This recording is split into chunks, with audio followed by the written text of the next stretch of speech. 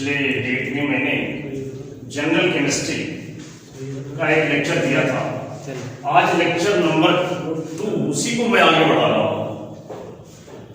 और उस लेक्चर में जो लोग अगर न सुन पाए हों तो मैं थोड़ी सी ब्रीफिंग कर दूं।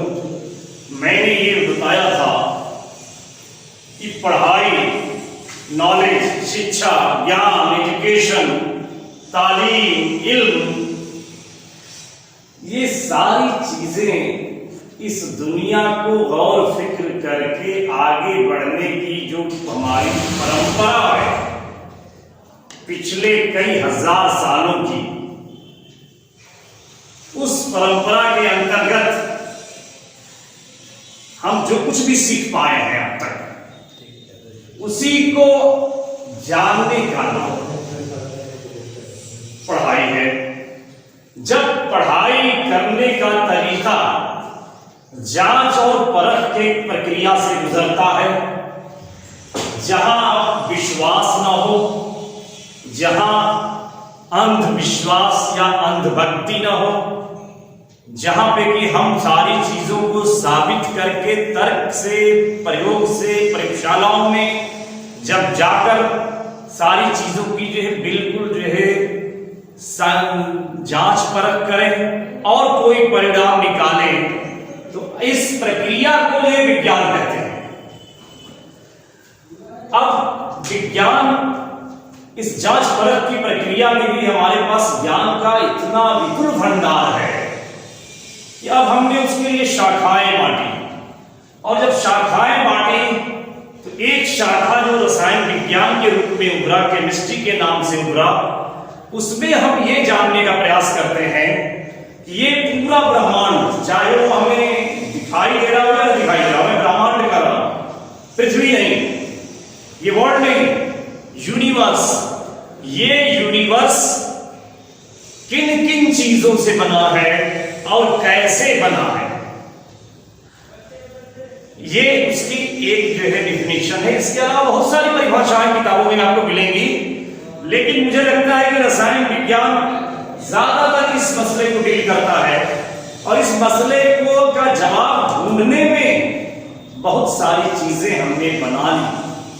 और अब हम इतने तरक्की के दौर में हैं कि किसी केमिस्ट का दावा है कि पूरी दुनिया को हम प्रयोगशालाओं में बना सकते हैं।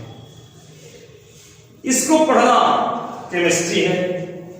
केमिस्ट्री में पिछले ही लेक्चर में मैंने कहा था, रसायन विज्ञान को कहा जाए तो ब्रह्मांड किससे और कैसे बना है, ये खास बात जो है। बाकी और भी परिभाषाएं हम दे सकते हैं। इसका जो जवाब आया अब तक का जो है हमारा जो है जवाब है केमिस्ट्री का कि लगभग 118 तत्व हैं। इन 118 तत्वों ने पूरी दुनिया बनाई। ये तत्व 118 में सबसे पहला हाइड्रोजन है, 8वें नंबर पे ऑक्सीजन है जो हम सांस में ले रहे हैं। ये ऑक्सीजन न हो तो हम जिंदा ही न रहें। हाइड्रोजन ऑक्सीजन मिलकर पानी भी बना लेते हैं। ये पानी भी ना रहे तो हम जिंदा ना रहें। या जो कुछ भी दुनिया में दिखाई दे रहे हैं इन्हीं के मिलने से बनी है। हमने ये भी कहा था कि जैसे अंग्रेजी के 26 लेटर या क ख ग घ या अलिफ बे ये अक्षर है, ये अक्षर जब मिलते हैं तो शब्द बनते हैं, और शब्दों के अक्षर के मिलने से जो है वाक्य बनते हैं। वैसे ही हमारे ये अक्षर हैं। जब दुनिया के बनने की बात करेंगे तो वहां पर इन अक्षरों की हम बात करेंगे जो अब तक का हमारा ज्ञान है। इन अक्षरों को के मिलने से शब्द बनते हैं। हम एक छोटा सा एग्जाम्पल दे रहे हैं कि तत्व जैसे वैसे ही है जैसे अक्षर है। अंग्रेजी में चाहे ले या हिंदी में ले या उर्दू में ले या फारसी में ले, और अक्षर जिस तरह से शब्द बनाते हैं वैसे ही तत्व जो मिलते हैं आपस में तो हम उसको कहते हैं यौगिक। ये अब तक जो है हमारे पास तत्वों की संख्या 118 है और यौगिकों की संख्या लगभग 2 करोड़ है। अब इतने चीजों को हम अभी जान चुके हैं और इन 2 करोड़ को हम प्रयोगशालाओं में बना भी चुके हैं। इनके गुणधर्म भी हम पढ़े हैं, इनके फायदे और नुकसान भी हम जानते हैं, कौन चीज किस काम में आती है ये भी हम जानते हैं। इन सब सारी चीजों को जो है, और ये सारी की सारी चीजें हमारे यूज में हैं। इनमें बहुत सारी चीजें हमें दवाओं का काम करती हैं। पैरासीटामोल इसी 2 करोड़ में है जिसे बुखार दूर करते हैं। न जाने कितनी चीजें जो हमारे काम में हैं वो इसमें हमने बनाया है इन तत्वों की मदद से। ये आर्टिफिशियली लैब में भी बनते हैं और कुदरत ने भी बना के रखा है। कुदरत की बनाई हुई चीजों को हम साफ करके अपने इस्तेमाल में ले आते हैं। अब केमिस्ट्री अगर हमें पढ़ना है तो पहला काम तो ये है कि तत्व को ही जाने। अगर कोई जहां तक जो मैं समझा हूं तत्व के बारे में एक लाइन में कहता हूं, ये ब्रह्मांड के सबसे शुद्ध पदार्थ है।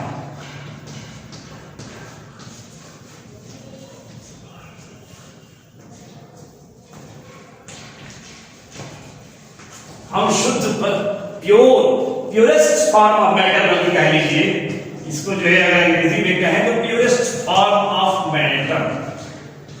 इसमें एक खास बात और है जिसे मैं जोड़ना चाहूंगा कि ये तत्व, जैसे यहां मैं जिस कमरे में हूं, ये लकड़ी है, ये लोहा है। लोहा एक तत्व है। बहुत सारे तत्वों को आपने देखा है, लोहा को देखा है आपने, भाई हाइड्रोजन को नहीं देखा होगा, हीलियम को नहीं देखा होगा, लिथियम नहीं देखा होगा, बेरिलियम नहीं देखा होगा, बोरान नहीं देखा होगा। कार्बन देखा है आपने, कार्बन कोयले में भी है, डायमंड हीरे में भी है, ग्रेफाइट में भी है। अब आप कोयले में अगर कार्बन देख रहे हैं और इतना बड़ा कोयला देख रहे हैं तो आप ये समझेंगे कि कोयला कार्बन इतना बड़ा होता है, लेकिन सच ये है कि उस कोयले के अंदर भी बहुत ही छोटे छोटे ऐसे कण हैं जिन्हें हम अपनी नंगी आंखों से देख ही नहीं सकते, और इन कणों को हम परमाणु कहते हैं। परमाणु या एटम, ये कण हमें दिखाई नहीं देते। इनका जो है व्यास और त्रिज्या इतनी नहीं है कि हमारी आंखें देख सकें। अभी आप कोरोना की बीमारी चल रही है, क्या किसी ने कोरोना के वायरस को देखा है? क्यों हम नहीं देख पाएंगे? हमारी आंख में वो ताकत नहीं है। हमारी आंख में सिर्फ उतनी ही ताकत है जिससे कि जो हम रास्ते पे चल सकें, एक्सीडेंट से बच सकें। ईश्वर ने हमें उतनी ही ताकत दी है। इतनी ताकत नहीं दिया है कि कौन कौन से जरासीम, कौन कौन से बैक्टीरिया हम खा रहे हैं, कौन पेशाब में निकल रहा है, कौन पखाने में निकल रहा है। हमारे उंगलियों में कौन सा कोरोना का वायरस में ग्लव्स लगा रहे हैं, आप मास्क लगा रहे हैं, इसलिए लगा रहे हैं कि हम देखेंगे नहीं, लेकिन ये टच करने से वो हमारे पास आ जाएगा। वायरस तो बड़ा होता है, ये एटम उससे भी छोटा होता है। इन्हें हम देख ही नहीं सकते, बल्कि अगर मैं बात करूं अनुमान की तो 1 ग्राम हाइड्रोजन में 10⁻23 एटम होते हैं। 1 2 3 4 5 6 7 8 9 10 11 12 13 14 15 16 17 18 19 20 21 22 23। एक बहुत बड़ी संख्या है। इतनी बड़ी संख्या सिर्फ 1 ग्राम हाइड्रोजन में होता है। ये हाइड्रोजन और ऑक्सीजन मिलते हैं तो पानी बनता है, और 18 ग्राम पानी में भी इतनी ही संख्या होती है। ये 10⁻23 है। इसमें जो 6.0 से मल्टीप्लाई करते हैं, अवगाद्रो नंबर इसे कहते हैं।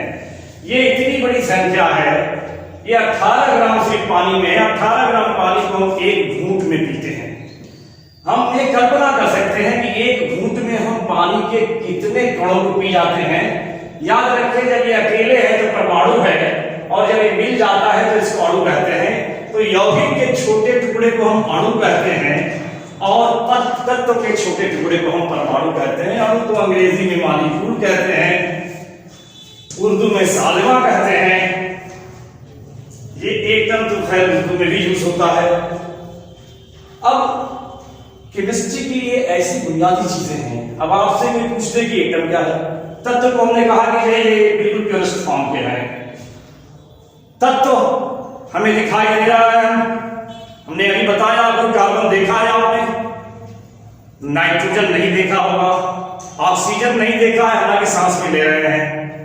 8वें नंबर पे फ्लोरीन को नहीं देखा है, नियान को नहीं देखा है, सोडियम को देखा होगा, सोडियम के टुकड़े, ये हमारी प्रयोगशालाओं में भी है, उसको प्रयोग में इस्तेमाल भी लाते हैं। सोडियम के बाद मैग्नीशियम भी देखा होगा, एल्यूमिनियम 13वें नंबर पे सबने देखा होगा। एक एल्यूमिनियम का तार उठा लीजिए, आप समझें कि एल्यूमिनियम इतना बड़ा है, लेकिन सच ये है उस एल्यूमिनियम के अंदर बहुत ही छोटे छोटे टुकड़े हैं, बहुत छोटे छोटे कण हैं, पार्टिकल्स हैं, जिन्हें हम एटम कहते हैं। अब कोई पूछे एटम क्या है, कितना छोटा है? मैं एक छोटी सी मिसाल दूं और बात समझ में आएगी। इस दुनिया के जितने इंसान हैं, इनको एक जगह इकट्ठा कर लिया जाए, इंसान के कुछ खास गुण होते हैं। इंसान के गुण तब तक है जब तक वो पूरा शरीर उसका साथ दे रहा है, वो देख सकता है, बोल सकता है, चल सकता है, फिर सकता है, सोच सकता है। अब हम क्या कर रहे हैं, दुनिया के सारे लोगों को इकट्ठा करके और उसे बांटना शुरू कर रहे हैं। आधा किया, आधा किया, आधा किया, आधा का आधा, आधा का आधा, आधा का आधा, करते करते करते करते करते अगर एक आदमी बचता है, सपोज कर लो मैं ही बच गया, मेरे अंदर मनुष्य का गुण है, मैं बोल रहा हूं, मैं सुन रहा हूं, मैं देख रहा हूं। अगर आधा करने की प्रक्रिया पूरी दुनिया से शुरू हुई थी और आखिर में मैं बच गया, और अगर मुझे भी आधा कर दिया जाए, यहां से काट दिया जाए, तो क्या मेरे अंदर मनुष्य का गुण बचेगा? ये आखिर वाला टुकड़ा जो मैं बचा हूं, ये आखिर वाला टुकड़ा, ये एटम है, ये मनुष्य का एटम है। वैसे ही एल्युमिनियम के तार को जब लेंगे आप और उसे कल्पना में छोटा कर लो, और इतना छोटा करते जाओ, इसलिए कि आपके पास जो ऐसी मशीन नहीं है कि एटम तक छोटा कर सको आप, तब तक छोटा करो जब तक कि उसके अंदर एल्युमिनियम की सारे प्रॉपर्टीज हैं। और जिस वक्त एल्युमिनियम की प्रॉपर्टीज इतना उसके बाद छोटा करते हैं तो खत्म हो जाती है, वो लास्ट वाला टुकड़ा जिसमें उसकी प्रॉपर्टीज हैं, वो एटम कहलाता है। ये बस एक कल्पना करो, इमेजिन करो, ये it is so small that we cannot see with the naked eye, with the microscope. There are so many another methods to observe the path of these atoms. ये परमाणु, हम इनकी बात करते हैं, और केमिस्ट्री में जो है परमाणु, एटम और मॉलिक्यूल की ही बात की जाएगी जब तक आप केमिस्ट्री पढ़ेंगे। ये एटम, इसके अंदर भी एक दुनिया आबाद है, इसको भी हम कभी अगले लेक्चर में बताएंगे। लेकिन आज हमने जो है जो ब्रीफ किया वो ये था कि 118 तत्व इस कायनात को आपस में मिलकर खूबसूरत बनाए हुए हैं। एक के मिलने का अंदाज, आप जो है अगर पानी बनना है तो 2 हाइड्रोजन 1 ऑक्सीजन मिलते हैं, चीनी बनना है तो 12 कार्बन C12 H22 और O11 होते हैं। वैसे ही पॉलीथीन बनना है तो कार्बन और हाइड्रोजन एथिलीन के बहुत सारे लाखों संख्या में, करोड़ों संख्या में, या ये कह लीजिए कि बहुत बड़ी तादाद जिसको गिनना मुश्किल होता है, उतनी बड़ी तादाद में मिलकर पॉलिथीन बना लेते हैं, बाउलर बनते हैं, पॉलीमर्स बनते हैं, न जाने हमारे जब जान इस्तेमाल की बड़ी बड़ी चीजें, ऐसी चीजें जो ये बना रहे हैं आपस में मिलके, जिनके बगैर हमारी दुनिया अधूरी है, हमारी दुनिया की कोई तरक्की नहीं हो सकती है। हम दुनिया में जो है फिर वहीं चले जाएंगे जहां पे जो है इंसान चला था जहां से।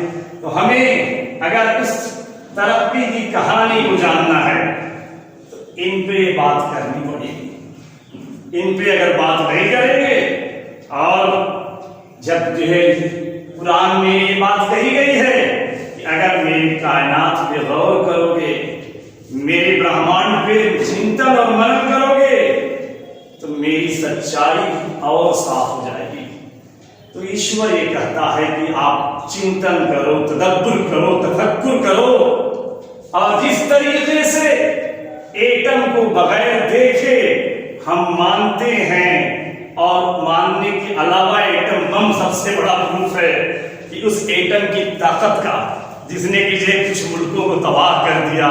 तो जिस तरह से एटम को देखे बगैर हम उसकी ताकत को मानते हैं, ये एक सबूत है कि ईश्वर को देखे बगैर हमें उसकी ताकत को मानना है।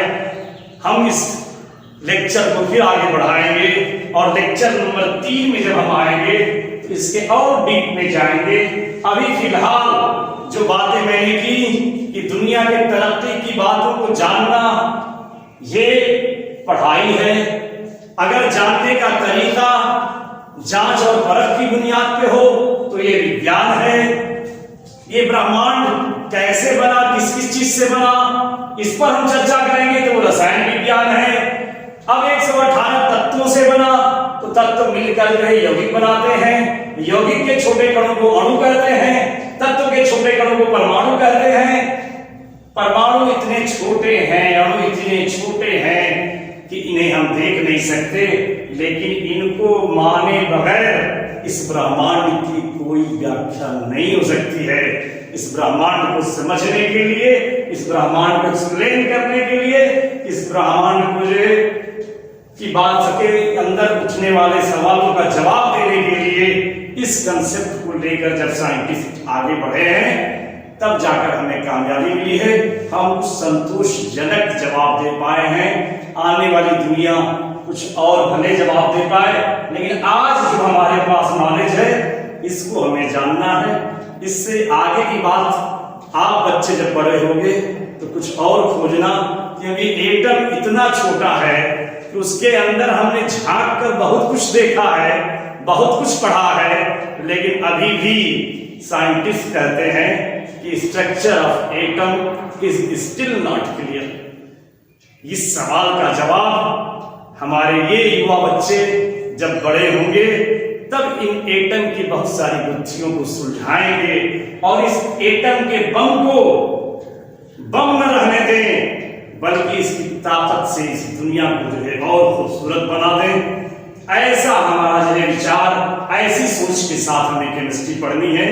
इस केमिस्ट्री से जो है इस दुनिया का भला होगा, हमारा भला होगा, और मुझे उम्मीद है कि जब ये केमिस्ट्री इस अंदाज में पढ़ेगी तो फिर जो है कोरोना का टीका भी हम खोजेंगे, और हमें आज जो है बिल्कुल बेबस नहीं होना पड़ेगा इस बीमारी के सामने।